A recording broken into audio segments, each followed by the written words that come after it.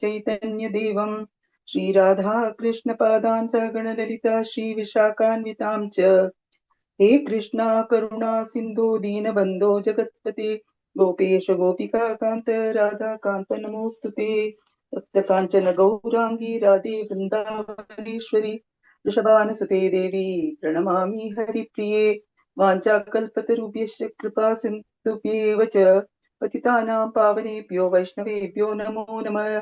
नमो विष्णुपादाय कृष्णप्रेष्ठाय भूतले श्रीमते भक्ति वेदांत स्वामिन् इति नामिने नमस्ते सारस्वती देवे गौरवाणी प्रचारिणे निर्विशेष शून्यवादी पाश्चात्य देशतारिणे जय श्री कृष्णा चैतन्य प्रभु नित्यानंद श्री अद्वैत गदाधर श्रीवासादि गौर भक्त वृंदा हरे कृष्णा कृष्ण कृष्णा हरे हरे रामा राम राम हरे हरे कृष्णा कृष्ण कृष्णा हरे हरे रामा राम राम हरे हरे कृष्णा कृष्ण कृष्णा हरे हरे रामा राम राम हरे हरे कृष्णा। प्रभु जी दंडवत प्रणाम to all the devotees. दंडवत प्रणाम प्रभु जी. Thank you so much.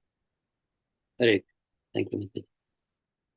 I express my sincere gratitude to all the assembled Vaishnavas for giving me this wonderful opportunity to read the works of our Parampara Acharyas, predecessor Acharyas, and to share it among devotees. Actually, from where we started this book, from Shraddha, now we are going into territories which are totally unknown to us. But light is being shone by Vishwanath Chakravarti Thakur, who has actually experienced all this. That is a great fortune for all of us. Otherwise, who is there to tell us about bhava and prema, even about nishtha and ruchi and asakti?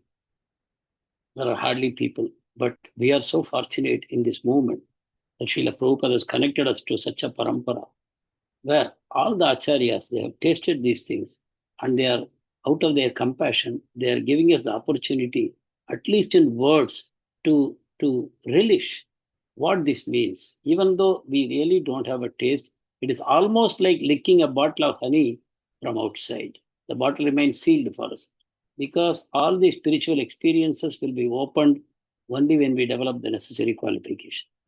But the acharyas are giving us in words what cannot be described in words.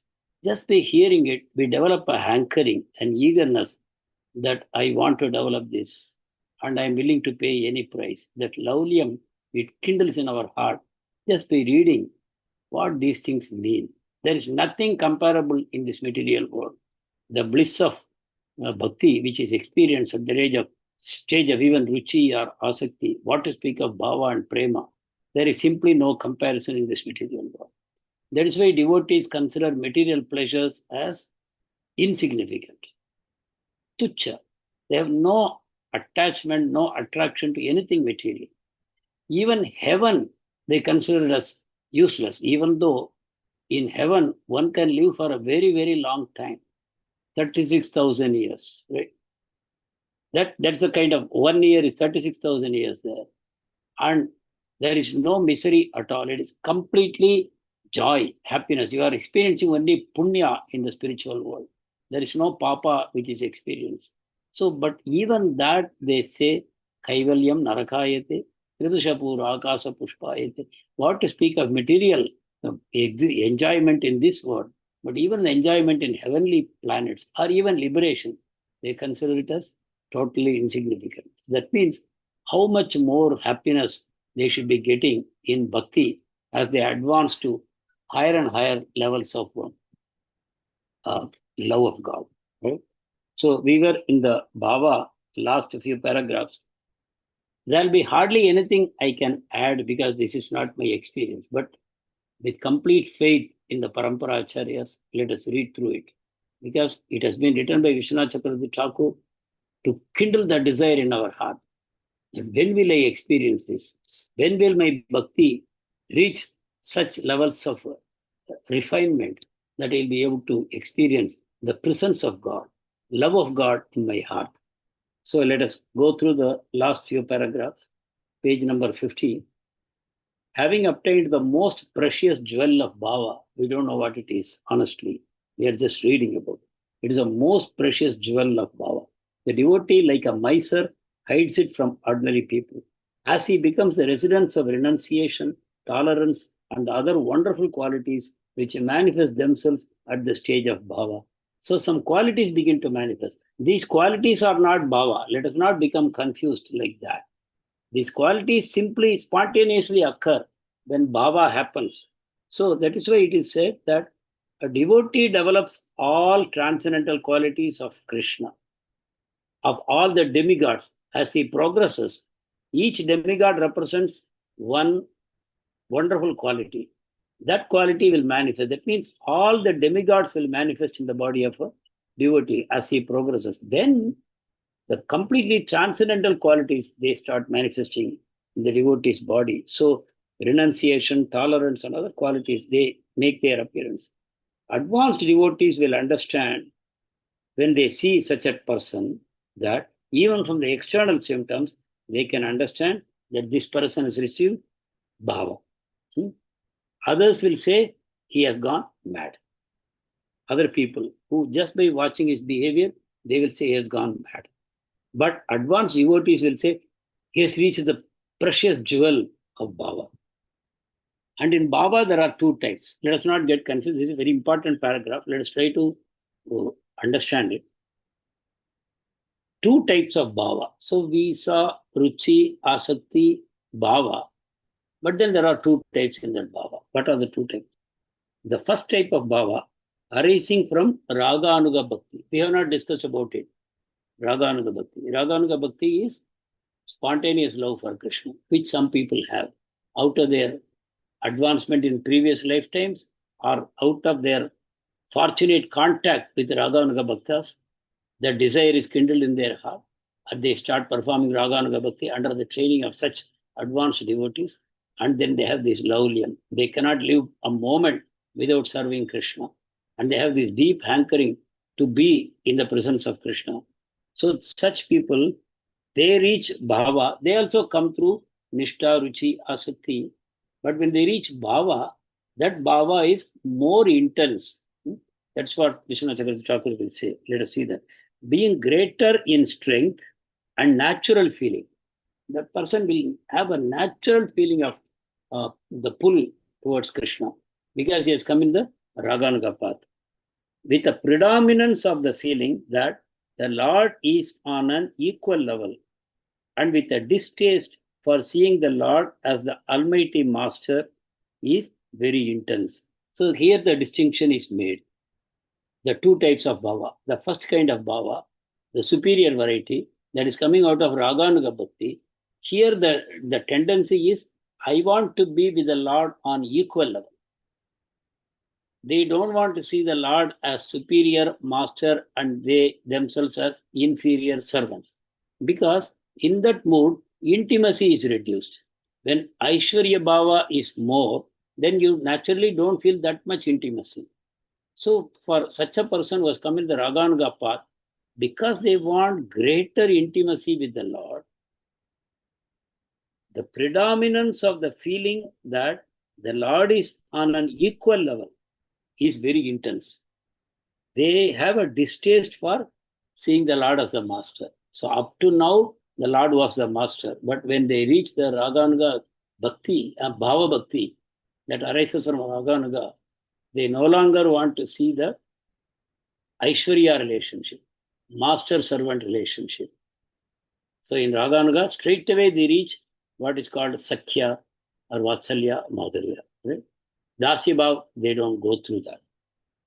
In this form of bhakti, which is Raganuga. But Raganuga cannot be artificially practiced. Last class we discussed that Raganuga can arise either at the stage of Nishtha or Ruchi. In the case of Vaidhi Bhaktas like all of us. Raganuga for other devotees, even from a much earlier stage, it can start. They can feel that strong pull and the Lord has a separate path ready for them. But someone who is doing Vaidhi Bhakti and finding even that Vaidhi Bhakti difficult to perform, it's a clear indication that they are not fit for Raganuga.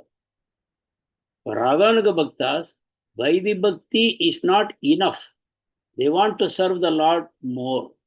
In Vaidhi Bhakti, depending on our own qualification, the spiritual master has given us certain mechanisms by which we are serving the Lord. But even that we find difficult to wake up in the Brahma Muhurta, right? To clean ourselves and internally, externally, chant the Lord's name attentively, have a altar and worship the Lord in different ways, either have pictures or to have the vigrahas, and then to bathe them, to dress them, to offer them prasadam so many times in a day. And, Vaidhi Bhakti itself has so many limbs, right? We find it difficult. 64 rounds, Saraswati Thakur gave. For us, 16 rounds is difficult. So let us not fool ourselves into thinking, oh, I am a candidate for Raganuga. Because I don't have a taste for Vaidhi Bhakti, perhaps I am more suitable for Raga Bhakti. No, this is complete misunderstanding of the subject. A Raga Bhakta will do Vaidhi Bhakti not as Vaidhi Bhakti. He will do spontaneously. He will do better than all of us. He can do Vaidhi Bhakti much better than all of us with much greater feeling. But that is not satisfying. So they want more and more, to have a spiritual body to serve the Lord more intimately. This body is not fit. This material body is not fit. Material senses are not fit. Material mind and intelligence are not fit. So they get their spiritual body. The Lord, knowing their level of advancement, the Lord awards that to them. So a Vaidhi Bhakta need not get confused about this, that I want to start Raga Bhakti now. No. What we can do, we can desire and pray that we should be somehow connected to Raga Bhakti. We should develop the qualification for Raga Bhakti. That prayer we can make to our spiritual master, to the lordships whom we worship. We can do that. And we can try to engage more and more with advanced devotees to the best of our ability. We can see who are the people who are having a natural taste for high levels of service. They chant with great feeling. They engage in various services with great feeling. They show avyakta kalatvam. They don't waste their time in frivolous talk. They have no interest in making some material conversation about politics and so many other things. They don't. They don't waste one moment also. So when we see such a person, we should hanker for their association. When we go for yatra, pilgrimages like that to holy places, we should look for such people whose associations. That way, raga may awaken in our heart. But other than that, there is no artificial means by which, okay, I don't want Vaidhi Bhakti. I will start Raganuga Bhakti because Vaidhi Bhakti is boring for me. I will do, no. For a Raganuga Bhakta, Vaidhi Bhakti is not boring. Rather, Raganuga Bhakta wants more, not enough for him. So let us be clear about it. So when we read about Raga Bhakti, let us appreciate it and let us appreciate the devotees who are on that platform. As far as we are concerned, let us try and pray that, please Lord, make me qualified for Raganuga Bhakti. And for that reason, let me intensify my Vaidhi Bhakti. Let me not do my Vaidhi Bhakti mechanically. Let me infuse feelings into my Vaidhi Bhakti. That can be our effort and prayer at this point of time. So the distinction between Raganuga, Bhava arising out of Raganuga, they have an intense feeling of equality or superiority to the Lord. That is possible. But they don't feel that Aishwarya Bhava of master servant, right? Seeing the Lord as the Almighty Master, they have a distaste for that. Why? They want to go more intimate with the Lord. Right? You want to become more intimate, then you climb over Dasya Bhava. Not that they won't have a Dasya mood. Here also we should not become confused, right? Higher forms of rasa, they include the lower forms within themselves. So in the case of Vatsalya, Dasya is included. In Madhurya also, Dasya, Sakya, Vatsalya, everything is included.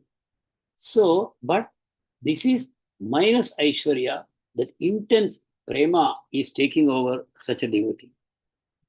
So being the second time, arising from Vaidhi Bhakti, right? Being somewhat lesser in strength. Not that it is weak, but it is compared to Raganuga, it is weaker. Okay, because the Lord is giving Yayata Mam Prapatyanti, right? So there is no grievance or complaint or partiality on the part of the Lord, right? Depending on the intensity of bhakti, what we do, we get results. So in Vaidhi Bhakti, the bhava is somewhat lesser in strength and natural feeling, in the sense some amount of Aishwarya Bhav will be there, right? Even when you reach bhava, you will still feel master servant relationship. Not that it is not blissful. Let us not get confused. Yeah? We have gone beyond the three modes of material nature, right? A person who has taken up bhakti himself crosses three modes of material nature, right? Have when you have crossed the stage of nishtha, you are above the modes of material nature. So you are already experiencing tremendous transcendental bliss at that point of time. So this Aishwarya mixed bhava is not inferior in any way, right? Slightly less intensity. The hankering to be on equal footing with the Lord, that hankering is less. A person is happy being servant of the Lord. He is completely fulfilled and satisfied by being a servant of the Lord. So let us not think that it is inferior. Now we are in the stage of rasa, right? Rasa and tattva, we have already discussed. Anyone wants to say anything about this distinction between rasa and tattva before we proceed further? Hare Krishna.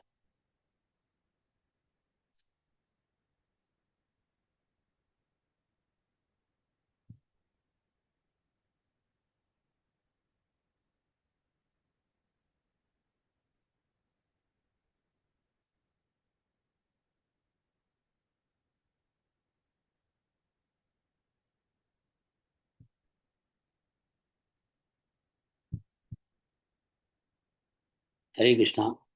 Distinction between rasa and tattva. As we learn more and more about this process of bhakti yoga, that I want you to tell me what you understand between tattva and rasa distinction. Yes, Mati. Rasa means Prabhuji mellow, the kind of rasa, the emotion we share with the Lord, Yes. kind of emotion, and the tattva means the philosophy. Only philosophy. I mean, we know about the philosophy about Krishna, but that is difference between, because the rasa is more superior than the tattva. That's what I feel. I don't know. We don't even have to use the word superior. Yeah. This is the way the tattva manifests to the devotee. When you attain the tattva, when you become tattvavit, then it will manifest in different ways to different devotees. So in this context, Mataji, can you also say something about the concept of Purnam, Purnataram, Purnatamam? Have you heard these words and what do you understand by that?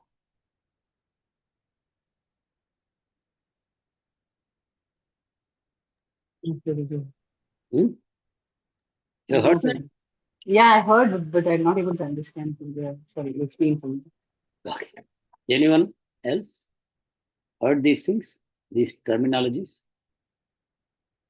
Yes, Prabhuji, even I have heard, but I don't know the difference, Prabhuji. Hare Krishna. Okay. So this Purnam, Purnataram, Purnatamam is at the rasa stage.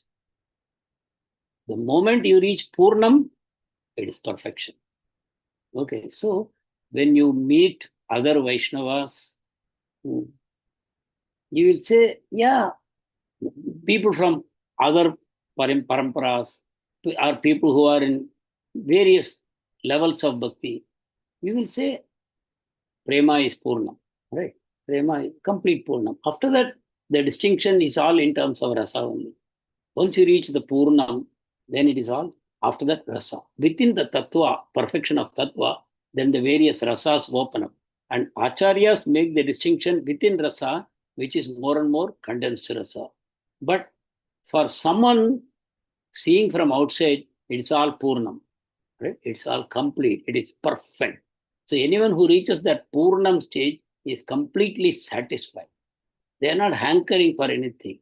They are appreciating the devotion of other devotees, but with their own devotion, they are perfectly happy. They don't become envious, or they don't develop a lamentation that, oh, my devotion has not reached that level. Even if they lament, that lamentation is a manifestation of prema only. In prema, lamentation is not lamentation. You know that. In the stage of prema, lamentation is also an expression of prema only. Right? Like I gave the example, no? You take sugar. With sugar, you make many shapes. So someone made the shape of a bitter god with color and everything. A bitter god out of sugar candy. For appearance, it's looked like, for an outsider, it appears like a bitter gourd. Oh, if I chew it, it will be bitter. They feel like that. But the devotee knows it is made of pure sugar. It has been only colored like that. So in that sense, uh, at this stage, once someone has reached the understanding of tattva, they are in the Purna stage. So, for example, someone has gone to Vaikuntha, right? Or someone has gone to the Vaikuntha, that among the Vaikuntha platforms, they reached a higher level of Ayodhya, or they have reached the level of Dwarka, or somebody has reached the level of Aishwarya Vrindavan, or someone reached the Madhurya Vrindavan. These are all within the Vaikuntha planets. Once you reach Vaikuntha, you are in Purna, right? You have reached Purna. So at that stage, everything is in terms of tattva same. Vishnu tattva. Everything is Vishnu tattva. Within Vishnu tattva, whether it is Ram or Nrsimhadev or Krishna or Balram, tattva wise, they are same. But within tattva, there are the rasas. So when you go to Vaikuntha, where Lord Vishnu or Narayan lives with Mahalakshmi, that is also in terms of tattva, Purnam. There is Aishwarya Bhav. Everybody is in the mood of serving the Lord. They are all perfectly happy. If you read Brihad Bhagavatamritam, you will get the complete understanding of how it is. Only Gopakumar is dissatisfied in Vaikuntha. Gopakumar reaches Vaikuntha by chanting the Gopala mantra that has been given by his spiritual master. By constantly chanting, he's traveling from higher to higher to higher to higher levels of higher worlds. So he starts from Indraloka, then from Sargaloka to Janaloka, Maharloka, Tapoloka. He reaches Satyaloka, that is Brahmaloka. There also he is dissatisfied. He becomes Brahma, but he is still dissatisfied. He continues to chant the mantra. Then he crosses the layers, the coverings of the universe. And each of the coverings, the enjoyment is higher than Brahmaloka, but he crosses that also. And then he reaches Vaikuntha. In Vaikuntha, he is the only unhappy man. He sees unlimited number of devotees there. They're all completely satisfied. They have forms like the Lord. They live close to the Lord. They exchange love with the Lord. They are making wonderful prayers in front of the Lord. Everything is happening and they're all perfectly happy, but only this Gopakumar is crying. And the Lord makes every effort to make him happy there. Who? Vaikuntanath. Narayan tries to make him happy. He fails. And all the devotees come and talk to him. What is this? How you can be miserable here in Vaikuntha? Then finally Narada Muni takes him aside and says, hey, what is this? You have come to the place where there is no misery, Vaikuntha. But why are you miserable? Lord Narayan has sent me to you to talk to you. Then Narada Muni explains that you are so fortunate. You have developed a desire for something greater than Vaikuntha. So the Lord has told me, he has tried many things. He could not completely satisfy you. So I am now going to send you to a higher realm in the Vaikuntha. And that is, he goes to Ayodhya. There is an Ayodhya there. There, Lord Ram, Lord Dasharath Maharaj, his wives, and all the citizens, everybody is there. And the intimacy level is slightly more than Vaikuntha. With Narayan and Mahalakshmi, there is master-servant relationship is very strong. But in Ayodhya, he is the king, and even as a citizen, there is a greater intimacy, right? And so Gopakumar goes there and he's happy. Ram welcomes him, nicely talks to him. All these things happen, but still he is crying there also. Again, Narad Muni comes and takes him to a higher realm, that is Dwaraka, right? Goloka Dwaraka. And in Dwaraka, Krishna is the king. You know, perfect Varnashrama is running. Krishna is a Yadava king there. And Uddhava is there, Narada Muni is there. He meets all of these people. I'm telling it very briefly. In great detail, it is there. Here also, he is not satisfied. And Uddhava and Narada Muni come and talk to him. And after talking to him, worshipping him for his good fortune, that he has the highest taste. And they tell him, now you will go to Goloka Vrindavan, where Krishna is a cowherd boy. In other places, Krishna in one place was Lord Narayan. In another place, he was Lord Ram, king. In another place, he is Lord Krishna. In Dwaraka, for your information, there is no flute in the hand of Krishna. And there is no peacock feather. And he's not wearing a simple turban, he's wearing a crown there. You don't you don't relate that Krishna with the pastimes of Vrindavan. And so ultimately Gopakumar reaches Goloka, where he meets Krishna as a cowherd boy, Krishna and Balram. He meets Yashoda, Nanda Maharaj, and all the friends of Krishna, the Gopas, Gopis, the cows. He becomes one with them. This is Gopakumar's journey from the material world to the spiritual world. So here, where is perfection reached? Can anyone guess? We saw how Gopakumar rising higher. But where is perfection here? At what level we can say it is perfection? It's in the intimacy, Prabhuji. Purnam. What is Purnam? At what stage you can say that the experience is Purnam, complete, perfect?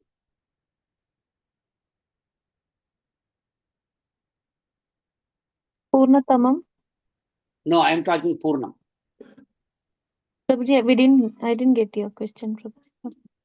We have now talked about how Gopakumar travels higher. So when does perfection is reached? When did Gopakumar reach perfection, complete perfection?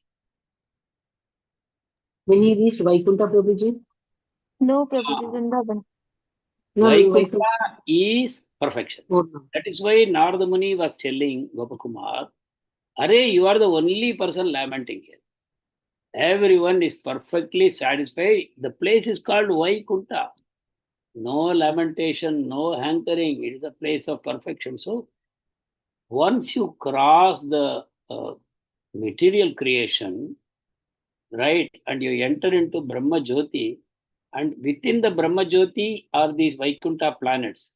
The light coming from the Vaikuntha planets permeates the Brahma Jyoti. And that light for the Vaikuntha planets, it comes from Goloka Vrindavan, right?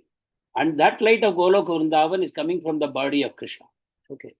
So the entire Brahma Jyoti is, in one sense, perfection. But it is impersonal. But in terms of personal relationship, the moment you reach any planet in Vaikuntha, that is called Purnam. A person who is in that Purnam stage has no hankering for anything higher than this. Right? No one is hankering, oh, I want to go to Ayodhya, I want to go to Dwarka, I want to go to Goloka Vrindavan. That kind of hankering you will not see in Vaikuntha. Everybody is perfectly happy. That's why it's called Purnam. Purnam. Entire Vaikuntha, all the planets there are Purnam. And that is why, in terms of Tattva, right? That is why when you engage with other Vaishnavas from different callings, somebody from Ramanuja Sampradaya, Nimbarka Sampradaya, you won't enter into this kind of a conversation, right? Well, like Madhurya, Vatsalya, this is superior to that, that is inferior to this. You won't have that conversation. It will even become an aparadha.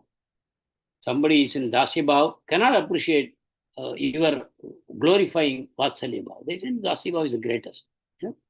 So that is, in Tattva, they are right.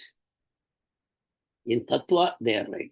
This Rasa Vijnanam is specially you get in Gaudiya Vaishnavism, right? These are not very much prominent in other sampradayas. Maybe in the very intimate circles, this information may be there. We don't know. Maybe there, may not be there. But in Gaudiya Vaishnavism, the knowledge is open to all of us. The experience depends on our level of advancement, right? But in theory, this knowledge is known to us that within Purnam also there is distinction. This is the greatness of God.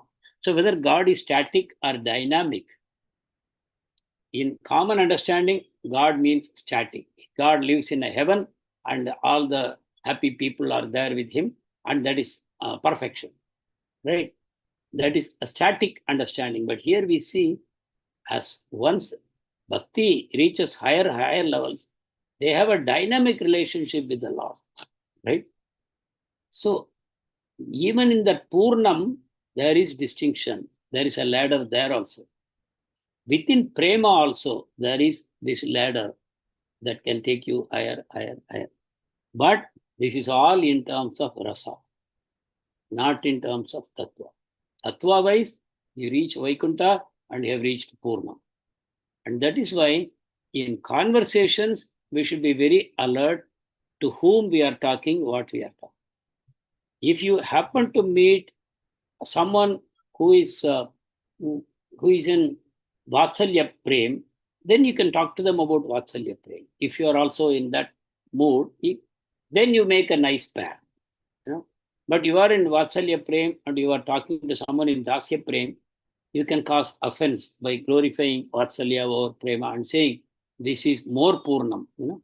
So within Purnam, our acharyas make this distinction: Purnatara, Purnatama. Like good, better, best, we say, no? Good, better, best. In terms of English adjectives, we make this distinction: good, better, best.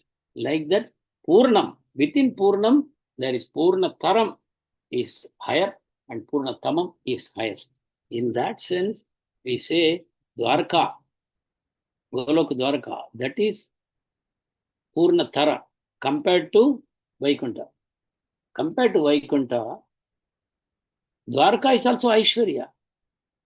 Vaikuntha, where Lakshmi Narayan lives, that's also Aishwarya. But within this Aishwarya, Dwarka is more intimate.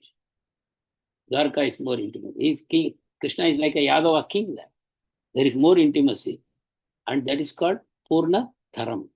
And Purna Thamam is Vrindavan, Golok Vrindavan, where complete intimacy. Krishna is just a cowherd boy. And all intimacy is the experience with him. So that becomes Purna Thamam. Vaikuntha, Dwarka, and Vrindavan, Purnam, Purnataram, Purnatamam, in terms of rasa. Similarly, in terms of rasa, this Dasya, Sakya, Vatsalya, Madhurya, in terms of rasa, it becomes higher and higher levels. But in the Purnatvam, they are all Purnam only. So this we should remember. But as a sadhaka, we can aspire and prepare ourselves for that highest thing. When you end up either in Dasya or the Vatsalya, etc., it's not that your achievement is compromised. You have reached perfection.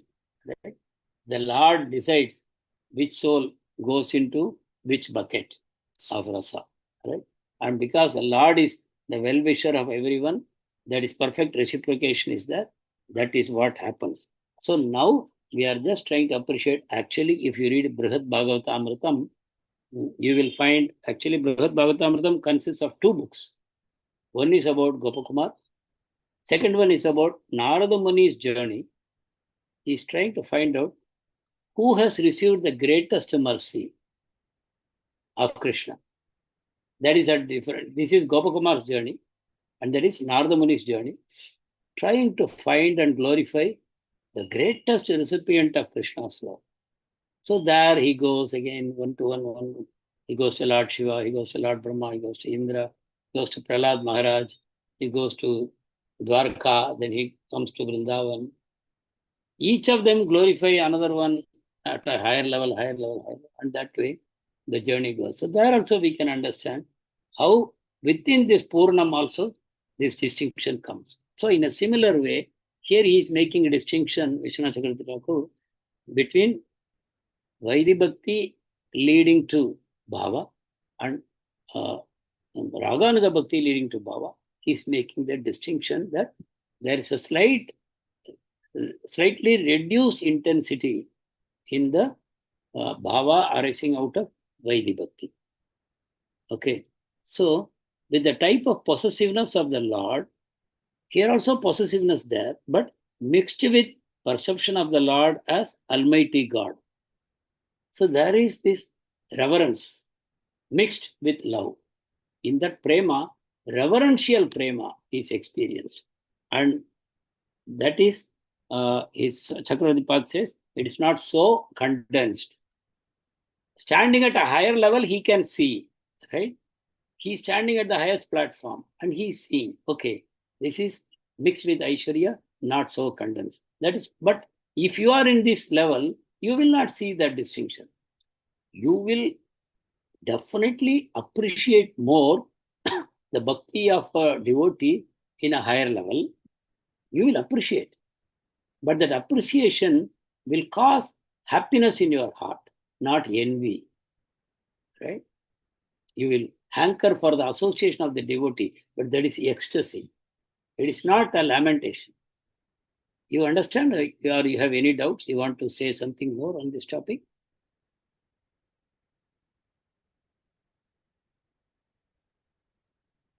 See this Yes, last. Prabhu. Yes, That Madhurya. envy is gone. There is no envy. Once you cross the three modes, there is no envy only. Right? In the case of Krishna Leela, Satyabhama shows a lot of envy, correct? Queen Satyabhama always shows envy towards Rukmani Devi. But that is all for giving pleasure to the Lord. The Lord takes pleasure from that kind of a transcendental envy. So Satyabhama Devi manifests that envy.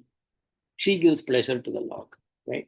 Rukmini is very poised, equipoised. She will never show this kind of strong emotions. But with Satyabhama, lot of anger, lot of envy, man, these things are expressed for the pleasure of the Lord.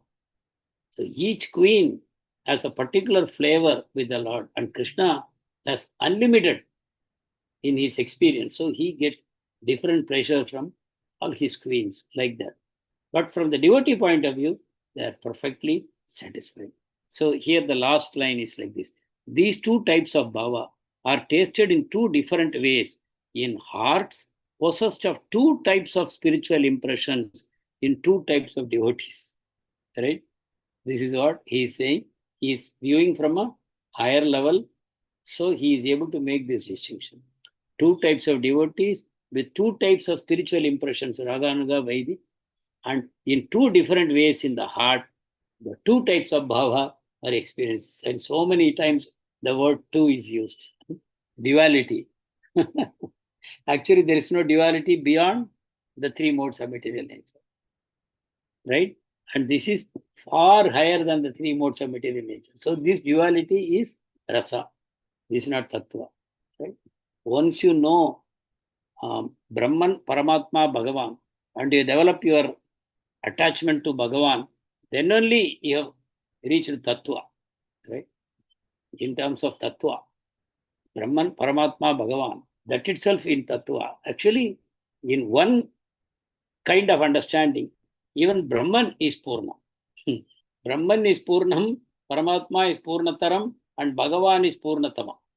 Then you enter into Bhagavan, then again it opens Purnam, Purnataram, Purnatamam. This is all in terms of rasa. So we have to just relish it, and we should develop a hankering in our heart that when will I reach these higher and higher levels of prema or bhakti.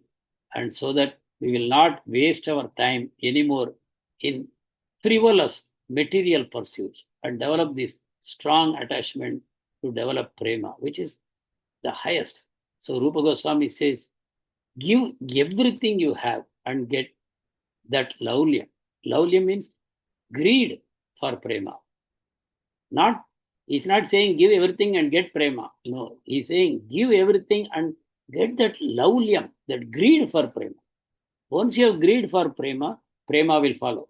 It is the greed we are lacking, right? We have greed for many material things, right? But the greed for prema should arise in our heart. Then everything follows. So bhava stage is the place where the greed is arising fully in the heart by the mercy of the Lord. The greed is being invested in the heart of the devotee. Next para. This bhava is tasted in different degrees of sweetness. Now he is coming into rasa, right? Sweetness, right? So bhava is tasted in different degrees of sweetness. So he is gradually from tattva to rasa, he is taking us. As in various degrees of concentration of mango, jackfruit, sugar cane, or grape juice, right? Degree of concentration is different. In the degree is different. So he's making this comparison. Then 5 types of devotees, all in terms of this rasa only. They are not inferior, superior, but 5 degrees of rasa, right? So now we are in rasa. Never get confused with tattva. We have finished our discussion on tattva, right? We are now entering into rasa. So this rasa should be discussed only with rasika bhaktas, not with other devotees. Then it will create some, ill feelings, bad understanding, and all those things. So one should be very careful where we engage in this kind of conversation. So here, 5 types of devotees acting as shantas, dasas, sakhas, pitrus. Pitrus means elders, and preyasis, lovers. Acting in the mood of shanti, dasya, or priti, sakyam, vatsalyam, and priyata or madhurya. Another name for madhurya is priyata, right? Love. In the mood of a lover and beloved. So he says, these are the 5 types of devotees enjoying 5 different degrees of sweetness. Okay. So as a king, he is describing bhava now in greater detail. As a king shows his powers through his ministers, or the Atma shows its power through the senses, correct? Atma is manifesting its power through the senses. Similarly, the king's powers are manifested through the ministers. Minister for this, minister for that. Each person is manifesting one Aishwarya of the king. Correct? Same way, Atma is manifesting, hearing through the ears, smelling through the nose, tasting through the tongue, like that. So the soul is manifesting through the senses, its powers. Similarly, the Sthayi Bhava develops. Sthayi Bhava means at the level of Bhava, they have reached that permanent ecstasy. Sthayi Bhava, permanent ecstasy. How does it manifest? It develops variety. That permanent ecstasy develops variety. So it's not static. This is the point. As you go higher and higher in bhakti, you will never reach a stage of stagnation or perfection. And this is perfection, end of it. No. What will happen? There will be variety. So this is where the Mayavadis or Advaitis differ from Vaishnavas. Vaishnavas say variety is manifested by the will of the Lord. The variety in this material world is also not unreal. It is temporary. But permanent variety is there in the spiritual world. In this material world, it is mixed with suffering. But in the spiritual world, there is no such mixture. It is all complete prema and joy. So this is the distinction. But variety is always there. And how is the variety experienced? The soul remains distinct from the super soul, from Bhagavan. Bhagavan remains distinct. The soul remains distinct. Then the soul is able to exchange so much of joy and love with the Supreme Lord and other souls within the internal energy of the Lord, within the Yoga Maya. This is what we say. Variety is there beyond material existence also. Whereas the Advaitavadis, they deny all variety as Maya. For them, Brahman, undifferentiated Brahman, for them, that is perfection. And if any form is expressed, that is material only. For Advaitis, the the formless Brahman takes a material form and comes into this material world, performs some pastimes, and then leaves the material body behind and merges in Brahman. So beyond Brahman, there is no form, according to them.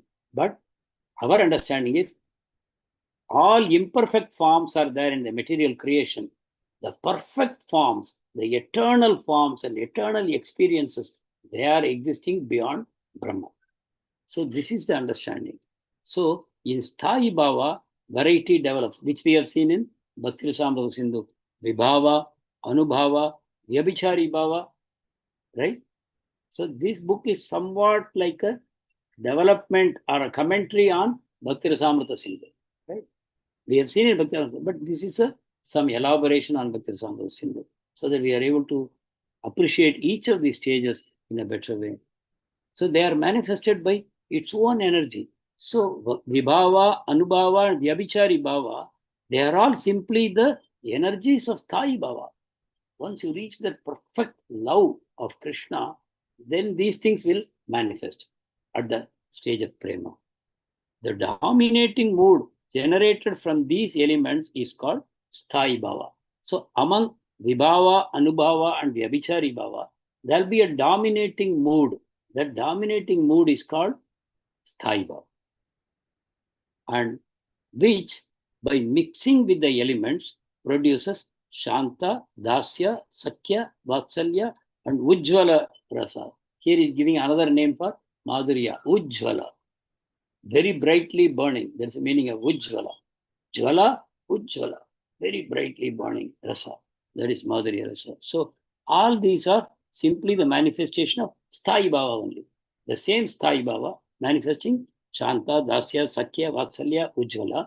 And within that, you will experience Anubhava, Vibhava, Vyabhichari Bhava. This is actually Bhakti Rasamrita Sindhu. So we come to the last paragraph. The Shruti text indicates this rasa. The Shruti, Brahma Sutra, he is going to Brahma Sutra. There, or even if you take Narada Bhakti Sutra, these terms are there. Rasovai saha, rasam hi evayam, labdha, labdhva anandi bhavati. This is Brahma Sutra, this is Narada Bhakti Sutra. It says the Lord is rasa, right? This is tattva, right? The Lord is what? Lord is rasa.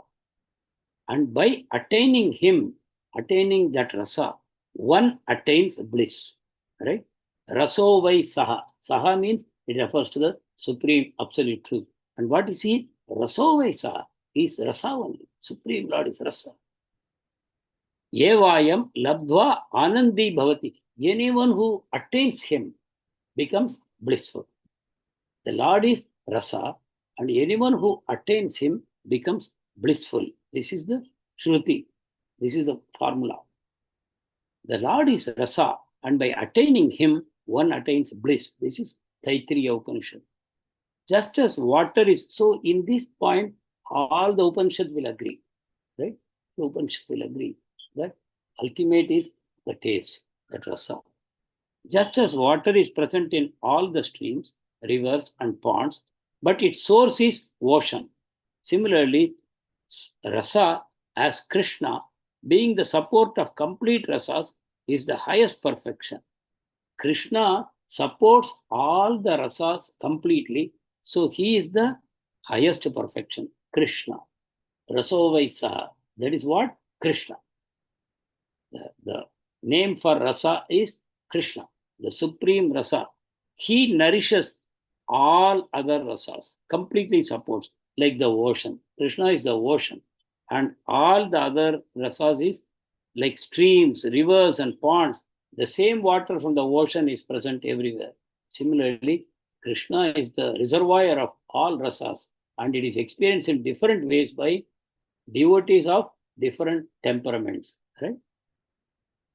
Though rasa is present in all the avatars of the Lord, see, this is what is important for us, not to become confused.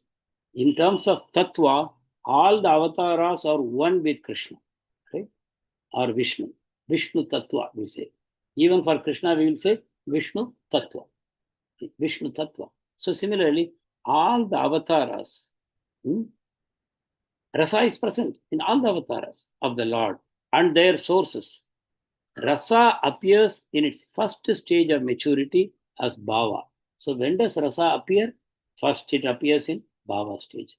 Rasa makes its appearance in the bhava stage, but it's not mature. Now you understand the difference between bhava and prema? Rasa appears in bhava. It doesn't appear in ruchi or asakti. That is why we say sadhana bhakti, then bhava bhakti, then prema bhakti. 3 classifications. Why? Because up to the stage of asakti, rasa does not appear. In the stage of bhava, rasa appears, but it doesn't mature. In the stage of prema, rasa matures. So this is how we should understand sadhana, bhava, and prema. Right? And becomes full, directly experienced by the qualified devotee at the stage of prema. So the maturity is fully felt in the stage of prema. So a fully qualified devotee who reaches the stage of prema, he will experience this matured rasa in prema. Any comments, any doubts, any questions, please? How many of us are eager to taste this bhava and prema?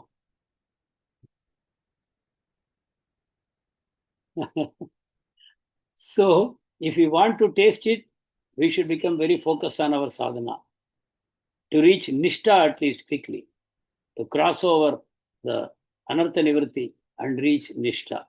From there, the process becomes easy from nishtha because the taste is developing at that point. So now we should very much focus on anartha nivritti. Whatever is it in our capacity, we should use it to cross over these anarthas. Okay, that should be our focus. Then it's like a garden path after that, from nishtha stage. Everything will happen. And of course, devotee will have hankering, but he will no longer be troubled by material pull.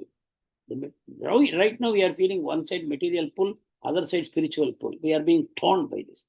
But once you reach nishtha, there is only one pull on the devotee, that is to go upward. And there is only hankering lamentation that why am I not loving Krishna enough? That happens. That is at that stage, there is the magnet and the iron. The pull is inexorable. You cannot avoid that between the magnet and the iron. So that's what happens. So we have only 3-5 minutes left. Let us start this. Hare Krishna. Yes, Madhurya. Hare Krishna. Prabhuji, just like the traces of anarthas are still there in the bhava stage, Yes. so can we have the traces of rasas in the initial stages of bhakti process? Like traces of rasa.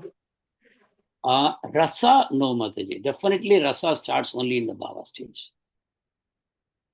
It starts only in the bhava stage. It cannot be experienced in earlier stages. So what is that exactly, Prabhuji? Whatever we are experiencing when we do the Vaidhi Sadhana Bhakti, also sometimes we get some association with the Lord, some connection with the Lord. We feel it is very intimate because we have not experienced so far. So, but still we feel some sort of enthusiasm to do every day, and we are getting some sort of connection with the Lord. So, what is exactly, Prabhuji? From our perspective, this is rasa. But by definition, rasa means you attain your sthayi bhava. At the sthayi bhava only, it begins to manifest different rasas. That means spontaneously you will be identifying with one rasa. Dasya, Sakya, Vatsalya, Madhurya. Like that, you will be attached to that. And your mood will be, even in bhava we just now read, no? You cannot be separated from the Lord for a moment also. It becomes impossible. The devotee begins to hanker for the Lord at every moment because you see, the Lord's presence is felt even in the bhava stage.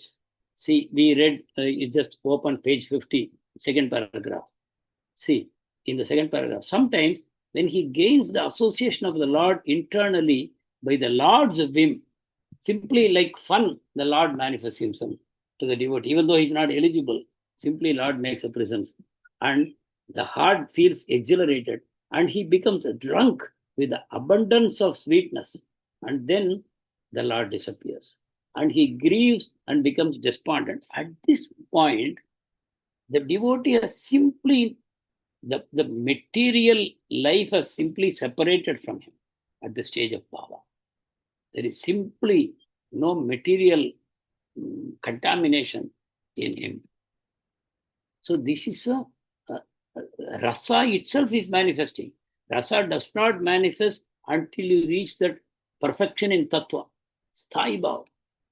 So in that sense, from the Shraddha stage also, in one sense, rasa is developing.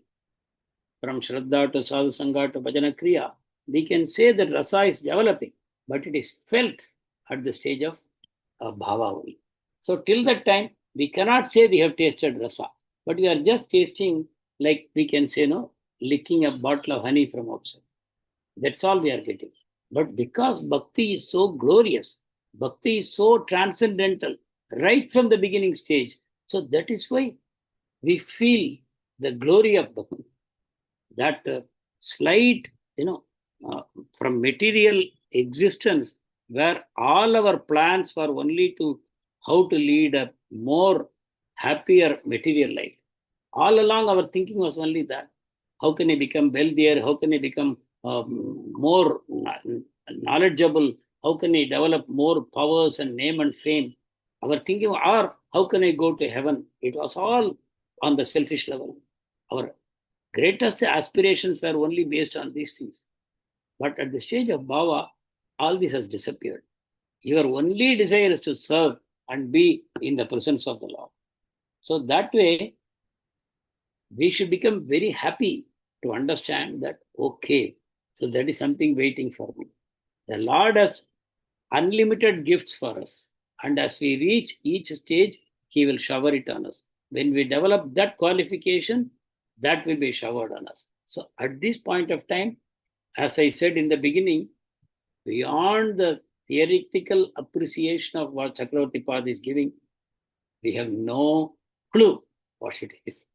So from the beginning, he is telling it is condensed, more condensed, most intense. These are the words he is using. And then he says, cannot be described in words. Hare Krishna. Yes, Mangala Yes, Mataji. Prabhuji. Yes. In Grihastha Ashrama, we are hoping against hope, like Asha Bandha. Asha Bandha. Yes. Yeah. Very much Asha Bandha. But that is what pulls you. That Yes, sir. now that we have developed that Shraddha, then everything else will follow. Because all that we are hearing, mind you, is only Shastra. We have no direct experience. Our eyes and ears and nose and mind have not tasted these things. But fortunately, that Shraddha, that seed has been given to us by the Vaishnavas and the Guru with the mercy of Krishna. This is what is carrying us forward. See, this is simply faith. Faith. That's why we say Shraddha is step one. It is a faith which is carrying us forward. We have not directly experienced anything, but the faith is pulling us forward. That is why Shraddha is the solid first step in bhakti towards prema. That way, we are all glorious by the mercy only. By mercy, because you have entered into this path. Now there is no question of leaving. Even if you leave, you will feel so flat. You will feel lack of taste in everything. You will come running back to this path. That is the mercy what we have received from the Parampara. Nothing else. If some Mayavadi wants to preach to you, some Advaitin wants to preach to you, you cannot sustain that taste. You will run away from there into the loving arms of devotees. You will not be able to sustain. So that is a gift we have received. So that is that critical mass that we have acquired. It will protect us from falling down either into the material pool or into people who preach liberation and other things. You will never find taste in those things. You will only hanker for the association of the Lord and Vaishnavas. Hare Krishna. Sumangala Mataji, you wanted to say something? Hare Krishna. No, Prabhuji, then thank you so much, Prabhuji. Feeling very grateful even to hear Prabhuji having so that it can create some hope in our lives. Whether we are qualified or not, don't know, Prabhuji, but we are able to receive this mercy. And I just pray to you, Prabhuji, that you all you shower your blessings, Prabhuji, on all of us, so that one day we will all be able to receive this mercy. Hare Krishna. I do it on one condition, that all of you shower your mercy on me. Yes, Prabhuji, that we always do, Prabhuji. Yes, We Prabhuji. have We keep you you in your always in our prayers, prayers. Prabhuji. Always you are in our Hare prayer, Krishna. Always. Prabhuji. Yes. I just wanted to mention that, Prabhuji, because when I asked, you were accepted. I mean, you were not there in our prayers. When I asked you to shower your mercy upon us, you weren't there. But at the right time itself, I prayed to the Lord that you should also be included. Hare Krishna. We keep you in your prayer, in our prayers, Prabhuji, every day. Hare Krishna. We feel very grateful to have you. Thank you. Hare Krishna. Thank you, Prabhuji. Dandat pranams. Now we'll take a prema tomorrow. Hare Krishna. Thank you, Prabhuji. Thank you, Prabhu. Hare Krishna. Thank you, Prabhuji. Thank you, Prabhuji. Hare Krishna. Thank you so much, Prabhuji. Dandavat pranam, Prabhuji. Hare Krishna. Dandat pranams, Prabhuji. Hare Krishna.